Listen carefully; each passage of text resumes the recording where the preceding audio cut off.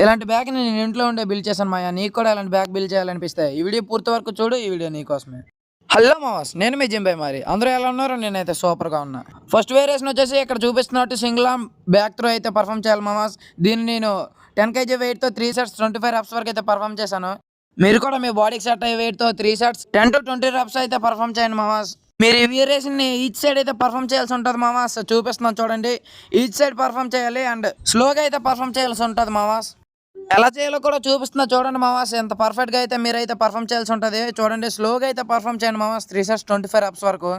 And అది complete అయిపోయిన తర్వాత డంబుల్ మిడ్ ఓవర్ రోస్ అయితే పర్ఫామ్ చేయండి మావాస్. ఇదే సెకండ్ వేరియేషన్. ఈ వేరియేషన్ ఎలా పర్ఫామ్ చేయాలంటే మీ బాడీని కొంచెం ముందుకు స్ట్రైట్గా ఉంచి 2 చేతులతో 2 డంబుల్స్ పట్టుకొని పైకి అయితే లిఫ్ట్ చేస్తూ ఉండాలి మావాస్. ఈ వీడియోలో చూపిస్తున్నట్టయితే పర్ఫామ్ చేయండి మావాస్. 3 sets 20 reps వరకు అయితే పర్ఫామ్ చేయండి. And with this variation, today's video is completed successfully.